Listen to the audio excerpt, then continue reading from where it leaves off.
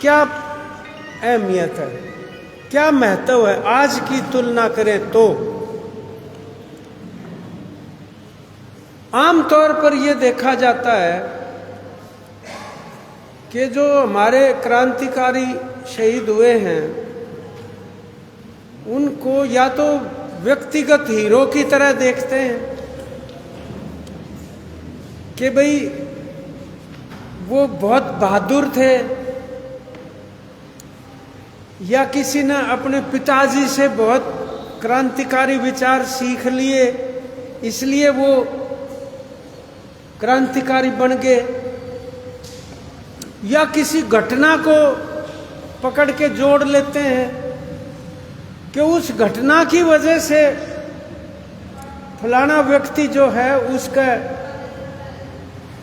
बात खटक गई, फिर उसने निश्चय कर लिया, वचन भर लिया भाई न्यू करना है। और उधम सिंह भी को भी ऐसे ही देखा जाता है, जो कि इतिहास को समझने का सही तरीका नहीं है।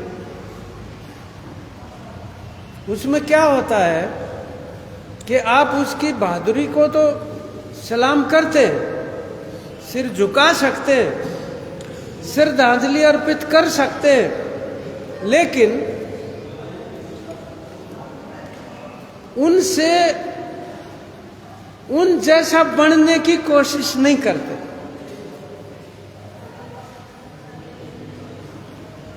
अब आवाज कुछ ठीक आ रही है पाछे ने करमवीर? ठीक सुने भाई? अच्छा, कई बनो अगर आधे घंटे पाछे नहीं कोई पाछे तो कुछ भी ना सुनता वो कहा फिर कहने का कोई फायदा नहीं, बता दियो आप बिना माइक के भी बोल सकते हैं, ठीक है ना। शिव वर्मा एक क्रांतिकारी हुए, हमारे स्वतंत्रता सेनानी, वो भगत सिंह के साथी थे, चंद्रशेखर आजाद, अशफाक उल्लाह खां, उनकी जो हिंदुस्तान सोशलिस्ट रिपब्लिकन आर्मी एक संगठन था उसमें थे शिव वर्मा। आजादी के अंदर उनका बहुत बड़ा योगदान है, और ये तमाम जो क्रांतिकारी थे वो प्रगतिशील विचारों के थे, तरक्की पसंद विचार जिसको कहते हैं, रूढ़िवादी नहीं। इनकलाब जिंदाबाद का नारा उनके साथ जुड़ा हुआ है। इनकलाब का मतलब है क्रांति, क्रांति का मतलब है व्यवस्था में परिवर्तन। कोई अंग्रेज का चला जाना बहुत महत्वपूर्ण था, लेकिन केवल वहीं तक नहीं जुड़ रहा था उनका विचार। उनका विचार ये था अंग्रेज के जाने के बाद भी किस तरह का समाज होना चाहिए, इसके लिए वो शहादतें दे रहे थे। इनकलाब का मतलब ये था उनके लिए। और Hindustan socialist Republican army, socialist शब्द का मतलब भी यही था कि एक ऐसा समाज, समाजवादी समाज, जिसके अंदर एक इंसान दूसरे इंसान का शोषण नहीं कर सके, एक देश दूसरे देश का शोषण नहीं कर सके। ये व्यवस्था उस टाइम पर आ चुकी थी धरती पर। 1917 में क्रांति हुई रूस की। उस क्रांति ने धरती के कोने कोने पर असर डाल दिया, और ये संदेश चला गया कि किसान और मजदूर का राज भी आ सकता है। ऐसा राज जिसमें भेदभाव नहीं, अमीर गरीब का, जात पात का, ऊंच नीच का, आदमी औरत का, और धर्म के नाम पर कोई भेदभाव नहीं। ऐसा संभव है, यह चीज उस टाइम पर घटित हो चुकी। उसने गहरा प्रभाव डाला,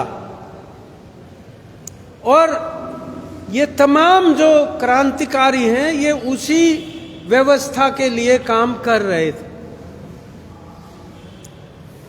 अब उधम सिंह के बाद अंग्रेजों का प्रतिरोध करने के लिए रॉयल ना अपील, ना दलील, ना वकील, ये कानून बना था।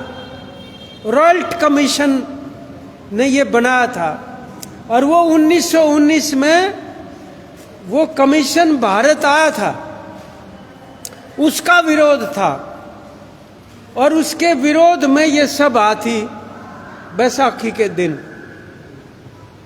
और जनरल डायर जिसको कहते हैं उसके हाथ में ये जिम्मा था कि तुम्हें ये प्रतिरोध की सभा नहीं होने देनी। और जनरल डायर ने वहां फौज लगा दी। ये पंजाब की अमृतसर की घटना, आप भी पंजाब ही थे जब, आप उस टाइम पर हरियाणा नहीं थे, पंजाब ही था। और वो जो जलियांवाला बाग है उसमें कोई रास्ते नहीं थे। आज भी आप जाओगे एक भीड़ी सी गली है बस, बाकी चारों तरफ बसासत है, बड़े बड़े मकान है, 2-2, 3-3 मंजिल के। बाग नहीं था, उसका नाम बाग है, पार्क है, वो बहुत बड़ा मैदान है।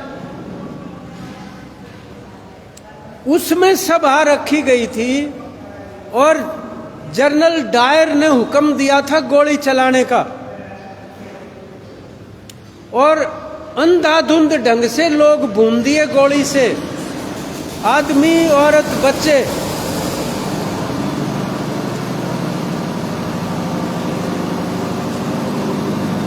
जो तो न्यारा सौदा छिड़ गया भाई,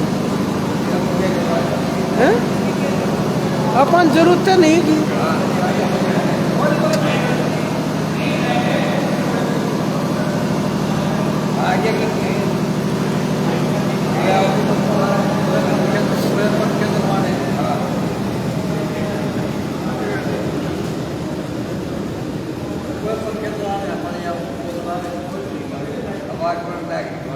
ऐसा बताते हैं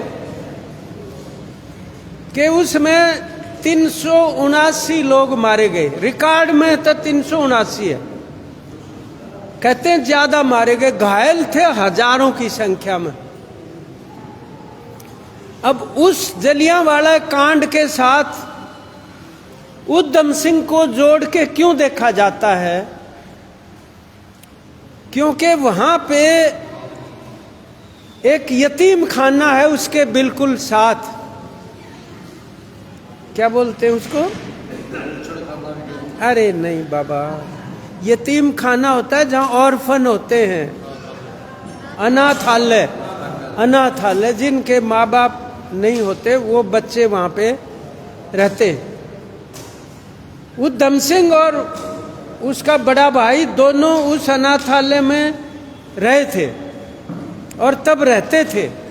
उधम सिंह 10-12 साल का था और जब ये घटना घटी उस टाइम पर जो गोलियां चली तो घायलों को उठाने को, पानी पिलाने को, वो भी इस काम में लगा हुआ था। छेड़ा ना भाई बीच में कथी पहला जिसा कर दे ना, दोबारा गुंजन लग गई। बिल्कुल ठीक था उस टाइम पर, ये बंदा कर दिया, वो नहीं चलता, ईब चाल है। बस बेटा इसको ठीक रख, इतना ही ना। तो उसने अपनी आंखों से देखा, ये सच बात है। और इतनी तो समझ हो भी जाती है 10-12 साल में कि भाई क्या जलसा था और क्या हुआ। लेकिन ऐसा प्रचार है कि भाई उधम सिंह ने उसी दिन सौगंध खा ली कि जिसने ये गोलियां चलवाई हैं उससे मैं बदला लूंगा। कुल मिलाकर इस बदले गला जोड़ दी उधम सिंह की स्टोरी। ऐसा नहीं है, बाकायदा एक भरा पूरा उसका जवानी का जीवन है। और मैं जो शिव वर्मा की बात कर रहा था, उन्होंने क्रांतिकारियों पे एक पुस्तक लिखी थी, स्मृतियां, शिव वर्मा। नहीं पढ़ी हो तो जरूर कहीं से भी मिल जाए पढ़ना, स्मृतियां। उसकी जो भूमिका है, वो भूमिका शिव वर्मा ने लिखी है। तो उन्होंने ये कहा कि किताब छपने से पहले जब मैंने लिख के अपने एक दोस्त को दिखाई पढ़ने के लिए, तो बोला, मेरे दोस्त ने ये कहा कि आपने जो कुछ लिखा है उससे जो मंदिरों में देवता बैठे हैं उनकी जगह भगत सिंह बैठ सके, लोग उन्हें बिठा देंगे। बोला, मैंने ये कहा, शिव वर्मा कहते हैं, मैंने अपने दोस्त को ये कहा कि वैसे तो आप ठीक कह रहे हो, लेकिन मैं ये नहीं चाहता कि इन क्रांतिकारियों की जगह मंदिर में हो। ये बड़ी खास बात है। मंदिर में रखी हुई मूर्ति पे फूल तो चढ़ सकते, उसकी पूजा तो हो सकती है, लेकिन उन जैसा बनने की प्रेरणा नहीं ली जा सकती। अब लोग हनुमान को पूजते हैं, कृष्ण जी को पूजते हैं, और भी देवताओं को। कोई ये भी सोचता है मैं उन जैसा बन सकूं ना, या सोच ले तो पूजा थोड़ी करे। लेकिन अंबेडकर जी को, रविदास जी को, वाल्मीकि को, इनको जब देखते हैं तो उन जैसा बन सके आदमी, उनको देवता नहीं माना जाता। ईब जब उनने भी मंदिर में बैठाने लग जाएगा कोई, तो उनकी भी जिंदगी का जो असली संदेश है वो नहीं पकड़ पाएंगे अपन। और ये वो लोग चाहते हैं जो समाज के दुश्मन हैं, वो ये चाहते हैं कि जितने समाज सुधारक हुए हैं सारा की पूजा होने लग जाए। बस पूजा करने में रड़म फड़म हो जाए फिर। और पूजा करने में आपने तो पता है बदमाश सब ताक गए हैं तो वो रल जाए फिर दूसरा में। ये लिखा शिव वर्मा ने कि उनके ऊपर फूल तो चढ़ जाएंगे, लेकिन उस मूर्ति को उठाकर चूमने की इच्छा पैदा नहीं होती इंसान में। इसलिए मैं नहीं, उसका कहने का मतलब ये था कि इनकी जिंदगी ने और बढ़ा चढ़ा के पेश कर दे। अब गुरु नानक ने भी, कई लोग न्यू कहने लग जाए कि गुरु नानक के महेशरान जा रहा था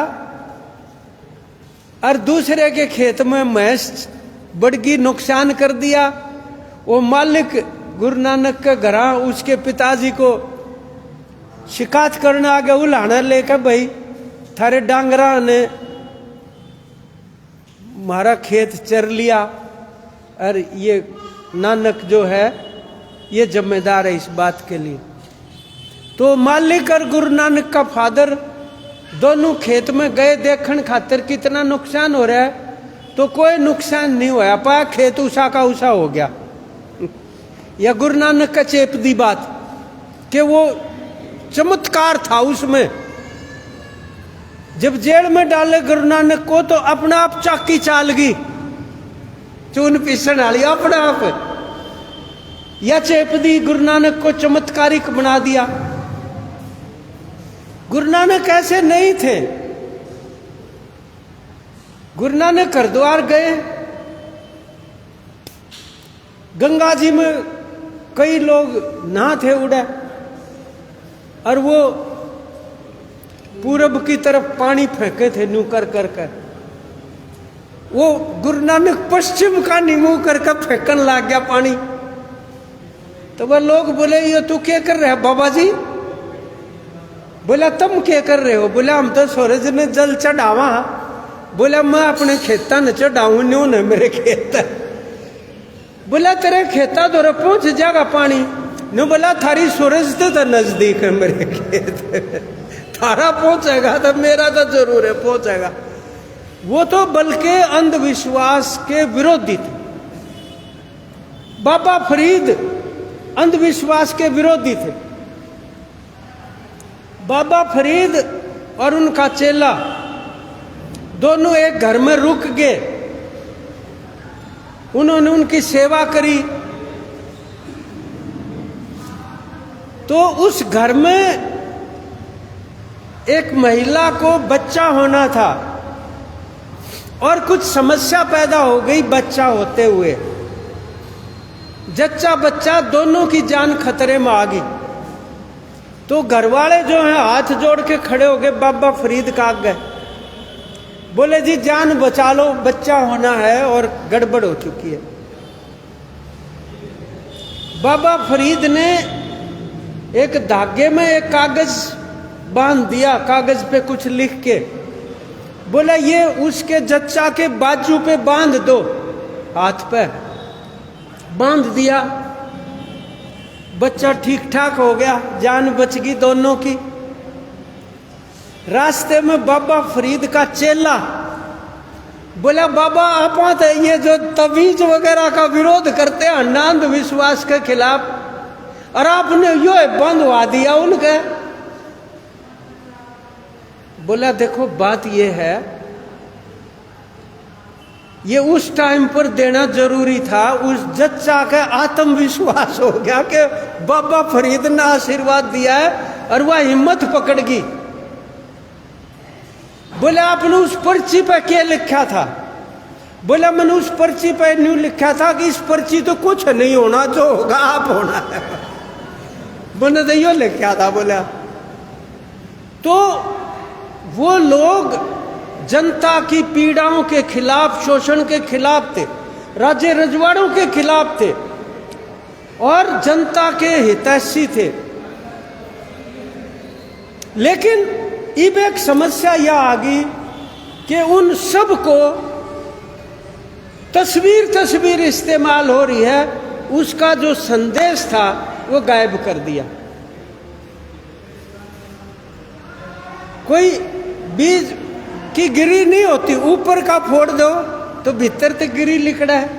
बादाम को तोड़ोगे तो गिरी तक काट ली, खोड़ खोड़ रख लिया। ये उन्हीं वर्गों की साजिश है जिन वर्गों के खिलाफ और जो वर्ग शोषण करते। आप ये मत समझो कि ये वैसे ही हो रहा है, योजनाबद्ध ढंग से हो रहा है। और यही चीज हमारे क्रांतिकारियों के साथ भी हो सकती है। उनने भी, उनका आगे भी धूप बत्ती लानिया पा जाएंगे और धूप बत्ती लाके नहीं सोचे बस हमारा काम पूरा हो गया, ये वो अपने काम का लागो। मिलावट करनिया मिलावट करी जागा, ब्लैक करनिया ब्लैक करी जागा, चोरी करनिया चोरी करी जागा। एक बतड़ के धूप बत्ती कर देगा सुभाष चंद्र बोस पे और भगत सिंह पे।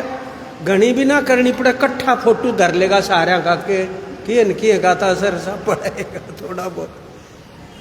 ये हालत है। आज हमें इस खतरे से निपटना पड़ेगा। अच्छी बात यह है कि अब कम से कम कुछ लोग इस बात को समझने लगे। आप में से ज्यादातर को मैं पहचानता हूं, आप लोगों की लड़ाइयां लड़ते हो, सामाजिक कार्य करता हो, लोगों के बीच में काम करते हो।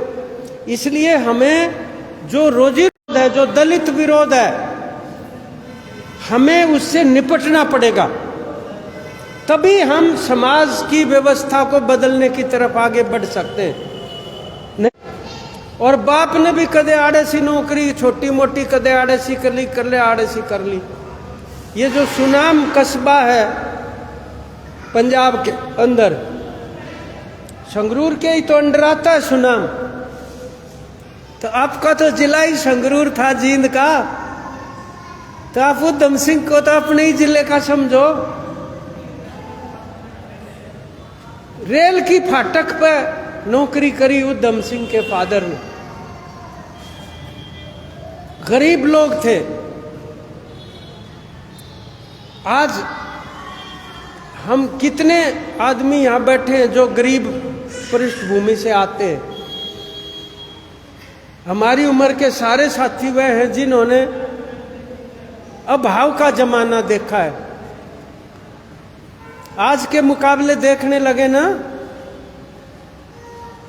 तो उस टाइम पर फल फ्रूट नहीं मिलते थे, सब्जी दाल नहीं बनती थी, कोई मेहमान आ जाए तभी बनती थी, नहीं तो ऐसे ही टूकी सूखी खाते थे। अपने तो देखे उठ दिन है, ये नहीं है कि भाई केले आगे पकड़ा दिए। उस टाइम पर तो एक केले में से 3 जने का काम चलाया करते, तोड़ के बीच में से कदे कदे बार त्योहार ने, और किसी चीज का तो मतलब नहीं। ऐसे जमाने देखे, जूती टूट गई तो बनन में 6 महीने लग जाया करते, इतना वो तो उस टाइम पर वो जो जूते बनाते थे कारीगर, वही अच्छे थे बेचारे।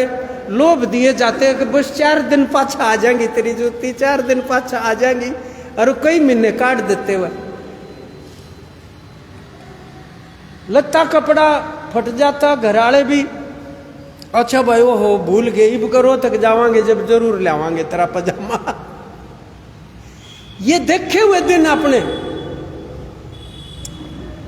उनकी ऐसी दशा थी।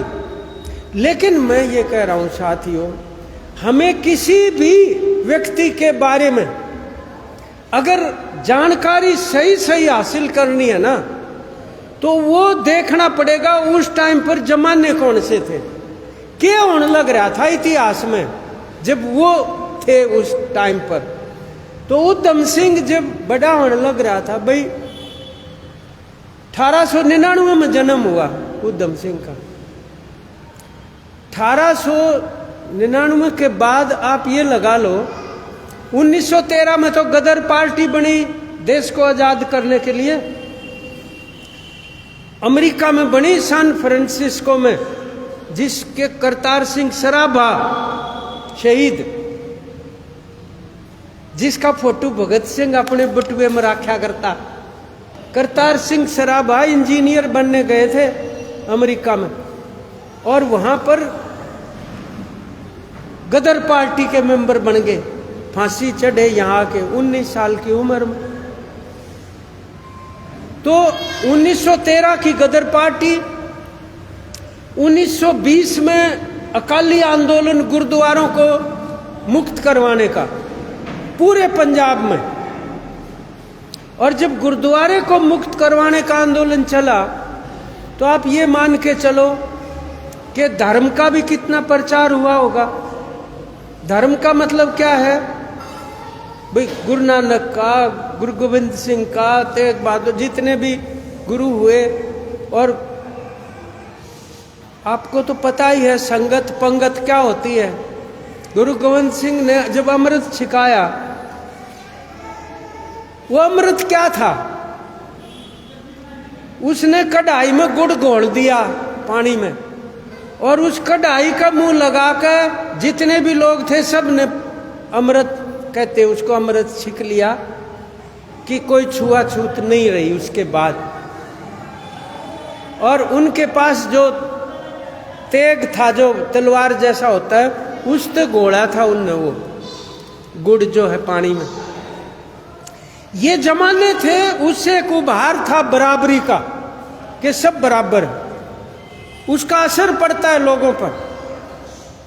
और राष्ट्रीय आंदोलन 1917 की रूस की क्रांति के बाद दुनिया भर में लहर चल पड़ी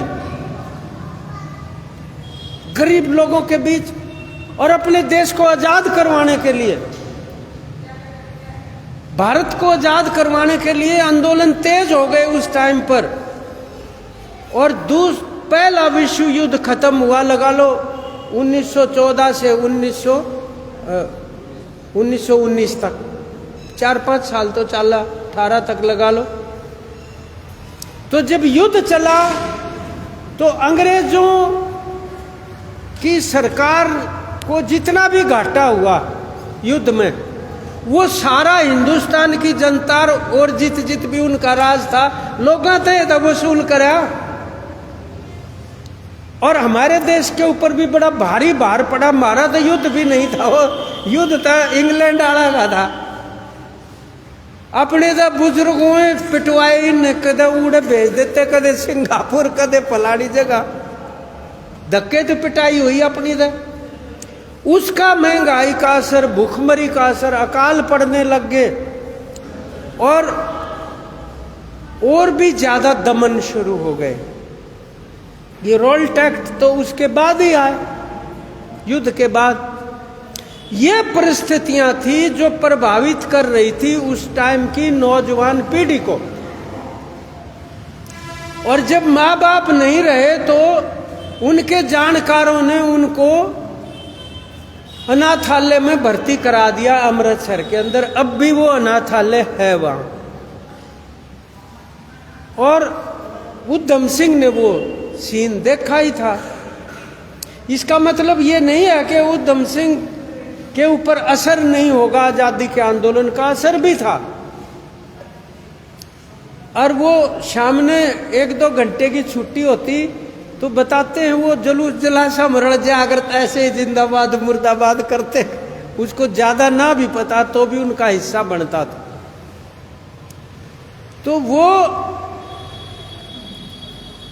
विदेश में चला गया, जैसे अलग अलग जगहों पे काम करते करते। उस टाइम पर तो पानी के जहाज थे, जाया करते। नाम भी उधम सिंह ना था, नाम तो शेर सिंह था खुद का। तो बाद में क्यों पासपोर्ट लेने के लिए कितना उदय लिखा दिया, कितना उधम सिंह लिखा दिया। कम से कम भी 5 नाम हैं। और मोहम्मद सिंह आजाद उसमें लिखा दिया अदालत में, जिस पर दस्तखत कर रखे हैं उस पर एमएस आजाद लिख रखा है कागजा पर, खुद उधम सिंह ने। मोहम्मद सिंह आजाद। पुलिस वाले जो जांच कर रहे थे वो बोले तू सौदा के या तो बता दे, हमने तेरे कहे तो नाम है, कित आया कित जागा। विदेश में जाने से पहले एक बार यहाँ, विदेश से लौटने के बाद फिर गिरफ्तारी होगी। यहाँ पिस्तौल पकड़ा गया, लिटरेचर साहित्य पकड़ा गया गदर पार्टी का। 5 साल जेल में रहा। भगत सिंह के साथ भी ताल्लुक हो गया, गदर पार्टी से भी ताल्लुक हो गया। तो वो एक सक्रिय राजनीतिक कार्यकर्ता था जिसकी बाकायदा एक समाजवादी कम्युनिस्ट विचारधारा का असर उसके ऊपर गहरा था। एक फिल्म है सरदार उधम है नाम फिल्म का, अभी बनी है 1-1.5 साल पहले। आपको मिल जाएगी वो कहीं नेटफ्लिक्स वगैरह पर, जरूर देखना। उधम सिंह के ऊपर बनी हुई सबसे बढ़िया फिल्म वो है जिसमें रिसर्च करके बाकायदा सारी चीजों का ब्यौरा दिया गया। मैंने वो देखी है फिल्म, सबसे बेहतर फिल्म है वो उधम सिंह के ऊपर। और उसने वहां अमेरिका में जाके, वहां इंग्लैंड में जाके जो इंडियन वर्कर्स एसोसिएशन, भारतीय मजदूरों का संगठन है, आज भी है वो, उसमें भी काम करा। ज्यादा पढ़ा लिखा नहीं था वो। बाद में जाकर अंग्रेजी, हिंदी, पंजाबी तो आती ही थी, अंग्रेजी वहीं जाकर सीखी। लेकिन कारीगर अच्छा था।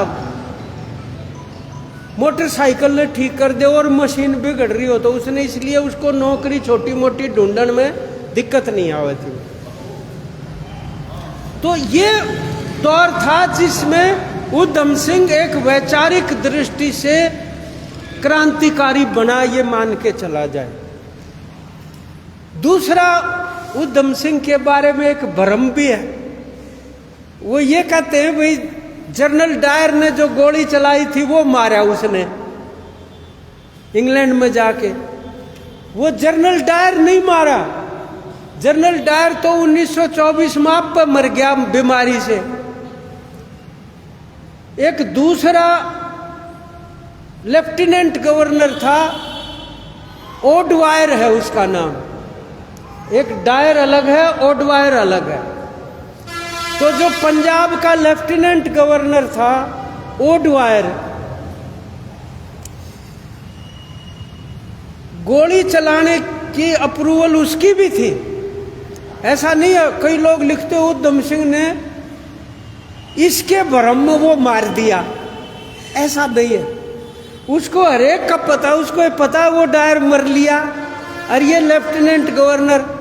और उस टाइम पर एक और सचिव के लेवल का अंग्रेज था, गोली उका भी मारी थी उससे फंक्शन में। तो जब वो इंग्लैंड में था तो वो पूरी जानकारी ले रहा था, वो लेफ्टिनेंट गवर्नर ओ डायर कहाँ कहाँ जाता है। और जिस दिन उसने कई जगह भाषण देते हुए भारतीयों को गालियां निकाली थी कि भारतीय होते ही ऐसे हैं, डंडे से ही काबू में आते हैं वो। उससे उसको और भी ज्यादा, मतलब जितने भी क्रांतिकारी थे वो इस बात से भी खफा थे कि भी हमारे बारे में आज भी वो इस तरह की बात कर रहे। आपको एक बात का ध्यान होगा, आज तक भी इंग्लैंड की सरकार ने माफी नहीं मांगी जलियांवाला बाग के लिए। भारत की तरफ से कितने बार मांग हो ली है कि भी ये माफी मांगे। वो जो वहां का प्राइम मिनिस्टर था जॉन मेजर इंग्लैंड का, उसने एक बार ये कहा, बहुत अफसोसनाक घटना थी वो जिसका हमें दुख है। माफी का शब्द इस्तेमाल नहीं किया आज तक भी। लाखों की संख्या में भारत से सिग्नेचर दस्तखत करके जा चुके, जो इंग्लैंड में अभी भी अपने साथी रहते हैं, वो जमा करवा चुके वहां पर, लेकिन वो माफी नहीं मांग रहे। तीसरी बात यह है कि उधम सिंह ने अंग्रेजी शासन के दौरान जितने भी कुक्रम वो करते थे, उस सारों की जानकारी उसने लिखा है हर जगह खुद। और जब उस पे मुकदमा, ये आपको तो पता ही है, कैक्सटन हॉल है एक वहां पे, वो गया हुआ किसी और फंक्शन में था, उड़े एक पोस्टर लग रहा था, वो उधम सिंह ने पढ़ लिया कि भाई फलानी तारीख ने कैक्सटन हॉल में एक कार्यक्रम है, उसमें ओडवायर भाषण देगा।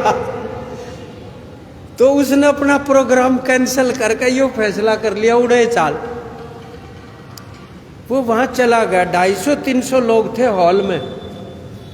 ओडवायर ने भाषण दिया, बहुत बकवास करी भाषण में। उसने भाषण दे के बैठ गया, सीट थी नहीं, 30-40 आदमी साइडा में खड़े थे, कुर्सी खत्म हो गई थी। और साइडा में खड़े होनिया में उधम सिंह भी था। पिस्तौल उसने ले ही रखा था पहले ही। तो वो जो सामने बैठे हुए थे, ओडवायर का 2 गोली उसका मारी, 2 एक दूसरे का मारी, 2 और मारी, 6 फायर राउंड फायर किए उसने। ओडवायर तो उड़े खत्म। वो जो सेक्रेटरी बन के भारत में आया था अंग्रेज, वो भी था, 2 उसका लगी पेट में, लेकिन वो बच गया, इलाज हो गया उसका। उसके बाद उसको गिरफ्तार कर लिया और गिरफ्तार करते हुए मुकदमा चला। मुकदमे में उसने अपना बचाव नहीं किया। एक वकील अंग्रेज था एटकिंसन, और एक हिंदुस्तानी वकील था वीके कृष्णा मेनन। अगर नाम नहीं सुना हो तो उनके बारे में पढ़ना। वीके कृष्णा मेनन भारत का बहुत विद्वान आदमी था, केरल का था, और वो राजदूत भी रहा इंग्लैंड में भारत का, और यूएनओ में भी रहा भारत का प्रतिनिधि। कृष्णा मेनन ने कश्मीर भारत का हिस्सा है इस बात पर 8 घंटे का भाषण दिया था। रिकॉर्ड आज तक संयुक्त राष्ट्र संघ में किसी का भाषण इतना लंबा नहीं है जितना कृष्णा मेनन का है। बाद में वो रक्षा मंत्री बने भारत के। कृष्णा मेनन नेहरू जी के प्रधानमंत्री थे। नेहरू के बाद 2 नंबर का आदमी माना जाता है विद्वान और नॉलेज के हिसाब से। और कमाल की बात यह है वो केरल से भी एमपी बना, बॉम्बे से भी बना और बंगाल से भी बना। इतना लोकप्रिय आदमी था, 3 जगह से तो एमपी बना। और जब वो केरल से चुनाव लड़ता था तो कम्युनिस्ट उसके खिलाफ उम्मीदवार नहीं उतारते थे, क्योंकि उसने खुद ही कम्युनिस्ट कहा करते लोग कि ये कम्युनिस्ट है। वो वकील था उधम सिंह का। अब उधम सिंह को सजा तो होनी है थी जब अगला न्यू का मन मारा है। वो नाट्य थोड़ी था कोई, भगत सिंह करके नाट्य थे। बोला मन मारा है और मेरे को दुख इस बात का हो दूसरा क्यों कर बच गया जिसका मैंने 2 गोली मारी। उसने तसल्ली करी वो दूसरा भी मरा कि नहीं मरा पुलिस वालों से। वो बोले वो तो बच गया। बोला उसका मेरे को बड़ा अफसोस है। बोला ना बंद को नहीं करूं। तन्ने कही थी कि जो कहना हो वो बोल। तेरी कहे पर बाचा बोलिया हूं मैं। पहले अपने आप शुरू नहीं कराया मैंने। इब तक जितना भी मैं बोलना ना पूरा करूंगा। उसने 3 बार जज ने कही कि तेरा कोने सुनना हमने। बोला ना सुनना ना सुन मैं तो बोलूंगा। और फिर जब वो पुलिस वाले उसको ले जाने लगे तो वो कागज जिस पर भाषण लिख रखा था वो उड़े रह गया। उधम सिंह बोला इस भाषण में पढ़ लियो पूरा लिख रखा है इस पर जज ना छोड़ना था। जज ने ये कह दिया कोई भी रेडियो और कोई भी अखबार इसके भाषण को नहीं छापेगा। और वो जो पन्ना छोड़ का था वो कति पाड़ पाड़ के चकनाचूर कर दिया अंग्रेजों ने अदालत के भीतर ही कदे कोई पढ़ ले। उसके बाद 1996 में भाषण छपे हैं उसके इंग्लैंड में और हिंदुस्तान में। अपनी जो इंडियन वर्कर्स एसोसिएशन है उनने प्रयत्न जारी रखा। बोले जितने भी दस्तावेज उधम सिंह के हैं सारे दस्तावेज इंग्लैंड की सरकार जारी करे। और वो जारी करने पड़े 1996 में। उसने ये कहा भाई मैं मरण तो थोड़ी रहूं, बुढ़ा होगा मरण का क्या फायदा है। वो ये कहता है बुढ़ा होगा मरण का क्या मतलब मरण की बाट देखांगे क्या हम बूढ़े हुए पाछे मरा। वो तो पहले है ना मर लिया बाट क्यों देखा बूढ़े होने। तो इसलिए मैंने ये काम किया। मेरे को कोई पश्चाताप नहीं। मैंने पता फांसी तोड़ेंगे ये। लेकिन मदनलाल धिंगड़ा जो शहीद हुए जिस जेल में उनको दफनाया गया वहीं पे उधम सिंह को दफनाया गया। और 1974 में उनके जो अस्थि जो है वहां से लाई गई भारत में। वो अभी जलियांवाला बाग में रखी हुई है। तो उधम सिंह का जो व्यक्तित्व है और जो विचार है जो सोच है जरूरत है उसको सामने लाने की। और वो जो दूसरे क्रांतिकारी हुए उनको भी ये जो न्यू कहे ना वीर सावरकर RSS वाले कोई इनसे पूछे भाई थारा भी कोई आजादी के आंदोलन में था। बोले हाँ वीर सावरकर था।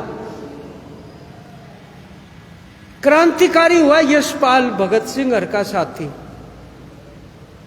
उसकी किताब है सिंहावलोकन। उसमें उसने लिख रखा है यशपाल ने कि हमने चंद्रशेखर आजाद को सावरकर से मिलने के लिए भेजा कि भी कुछ मदद कर क्रांतिकारियों की। वो सावरकर से मिला। सावरकर ने ये कहा, तुम जा अंग्रेजा के खिलाफ लड़ना बंद कर दो ना, फिर तो मैं मदद कर सकूं तारी।